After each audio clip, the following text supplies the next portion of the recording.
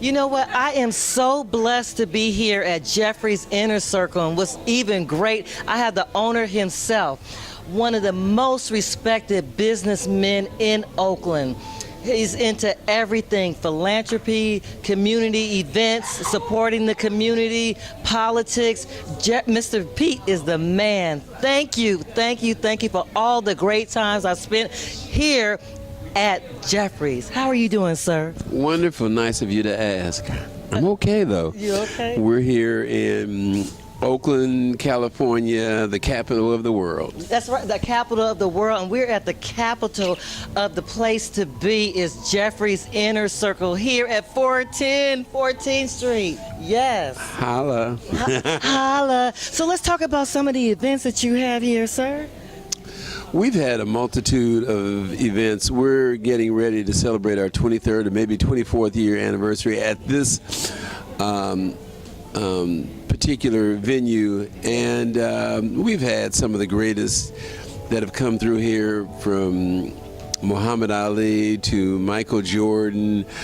We've had Jay-Z, we've had Beyonce. Wow. And the list goes on and on. Robert Redford, Congressman Ron Novi Dellums, Congresswoman Barbara Lee. We've had Barbara Boxer.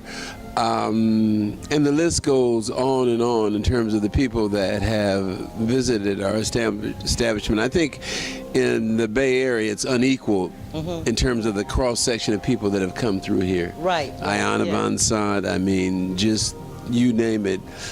Terry McMillan, Steve Young, of course, Jerry Rice, and so on and so forth.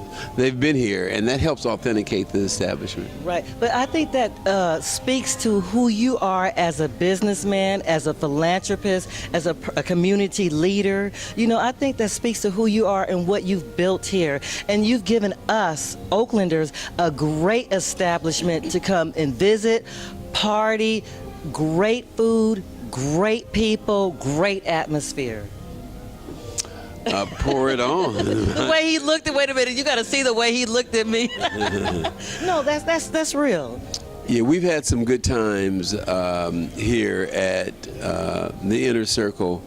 And as I mentioned, some of the celebrities that have been here, but some phenomenal community individuals. We fed folks on Thanksgiving, and one individual said after he had eaten, I don't know where I would have eaten if you guys hadn't been open up today. Ooh, you're talking about more blessed to give than to receive. Wow. There aren't instances where I walk down the street and some of the downtrodden, the less fortunate, but for the grace of God. Grace of God. Easily could have been me. They say nice things. We love you, Geoffrey. Oh my goodness! And that, You know, that's all I need. Yeah. Really, from the least of these. And you know, basically, theologically or biblically, when did I do these things, Lord? And you know, when I was naked, you gave me clothing. Thirsty, you gave me drink. Hungry, you gave me food. And to the extent that you did it to the least of these, my creation, you did it unto me. So, you know, I'm just trying to gain my points and credits so I can one day enter the kingdom. Well, you know, you have, and I just want to ask you, like, how did you get started? What made you just want to get into entrepreneurship? Because, like, me, like, I've worked like forever for an institution, and I'm now just starting my own business. But you've been in business for many years, and at the establishment for 24, you said? 1993. I don't know. Do the math, but we have some kind of anniversary coming up soon. Right. Yes. Yeah. A lot of hard work. I had the fortune, you know, Martin Luther King called a man a fool if he didn't realize that his wealth was a part of the commonwealth, that no matter where you are, somebody helped you get there. But for me, there's a plethora of individuals who have been at my side and helped me Ken Simmons comes to mind. I lived with Ken Simmons. He was a professor at UC Berkeley and on the East Bay Mud Board. He also was the pioneer and the literal architect of the Dock of the Bay, which was on the Berkeley Marina. Oh, I love the Dock of the Bay. I remember that, yes. And he was an architect by profession, and he was in the School of Architecture at UC Berkeley. He also spearheaded the faculty at UC Berkeley to impose sanctions and stand up against apartheid in South Africa. His father was one of the major developers in Africa as it relates to oil. When Nkrumah came into power, he was close with the head of minerals and resources, Sylvan Amagashi, who was going to buy the Dock of the Bay. This is such important, rich history. And now I'm able to do business in Ghana as a result of some magnificent relationships. Henry Ramsey, Ron Dellums, Don Hopkins, and Aubrey LeBrie. Those individuals formed the African American Association. Khalid Abdullah M. Mansour used to be Don Ward. And they preceded the Black Panther Party. So the Black Panther Party just didn't emerge in a vacuum. There were the Pullman car porters. There was so much that they drew from. Rich.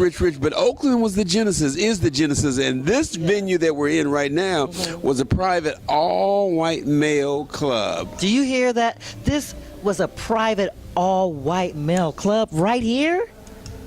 Right here as we sit and speak. And we have some minstrel show type photos that show them in blackface, a lot of the members in blackface, and watermelons in the background to denigrate, to show they're superior and we're inferior by virtue of the scripts that they gave us. Ain't nobody in here but us chickens, step and fetch it, angel food cake is white and devil food cake is brown. The psychological bombardment. And this place was a hub because Nolan, the former owner of the Tribune and former senator, this was his empire. And you should see the list of members. It's phenomenal. It's staggering. Their best and their brightest. Right. But you know what? Boy, oh boy, God is great. From my office window, I can see that Julia Morgan construct of the YWCA, where my integrated. She integrated that YWCA over there, just over the corner on 15th Street. But you know what? We just named the green room the Ruth Beckford room. Well, Ruth Beckford was able to integrate the Y after my mother did, and was one of the first to swim, black person to swim in the Y right over here. They previously were at the 9th Street Y in West Oakland. That was the segregated Y. So not long ago, that was last week. Oh my God! In the scheme of things, that was last week. And lo and behold, my mother, who just loved me immensely, and supported me, as did my father, was right over there at the YWCA. And I used to take the 88 from Berkeley and come and ride the bus back with her. I was in Negro heaven. When he said Negro heaven, wow. I would imagine just being around us, the rich culture that we have. But it sounds like you were around a lot of mentors. You had love from your parents, your mother, your father. I mean, just blessed in that way. Yes, I had so much love from my parents. I couldn't think of a greater family to come from. My father made us practice piano, and he used to spend his whole check, he and my mother, and we'd go to the San Francisco Conservatory of Music to play the piano. And my brothers were almost concert pianists, except they were too young. Now girls and sports eventually took precedent and broke my father's heart, but he was quite a musician himself. Sung the Messiah. We had to go to the Messiah every year. We had to see Porgy and Bess every time it came into town, and West Side Story. And he had an incredible musical ear. Wow. And so my mother just was the most loving individual, which causes me to say, the closest you'll come to God in the anthropomorphic sense, in the human form in this life, is your mother. That's and right. talk about unconditional, tolerate me and me. Right. Through sickness and health, and it's interesting. She died in my living room, and about a couple of weeks before she died, she said, "Geoffrey, it won't be much longer." I said, "Are you suggesting that you're a burden?" "Oh, honey, we can do this forever. Please believe me." And you took care of your mom. God. That's minuscule because she took care of me. That's right. I mean, she and my father both, and so I had the privilege and the benefit of phenomenal parents. I know it takes a village, but whoo, my parents, right? Damn, right. And you know, I can feel your sentiment because I feel the same way about my parents, and I did hospice care for my mother at my house too. Same thing, so the same thing. So I get how you feel, and I feel like I lost my best friend last year, and she was my greatest cheerleader. My goodness, yeah. My father, though, he was no nonsense, and he didn't spare the rod. And so when he moved here to Alameda from Louisiana at 9 years old, his first day in class, he said, "Over yonder," and all the white kids just were on the ground laughing. He didn't open his mouth for 2 years until he spoke such fluent and impeccable English. And so when we were around the house and we'd say, "Dad, where's that at?"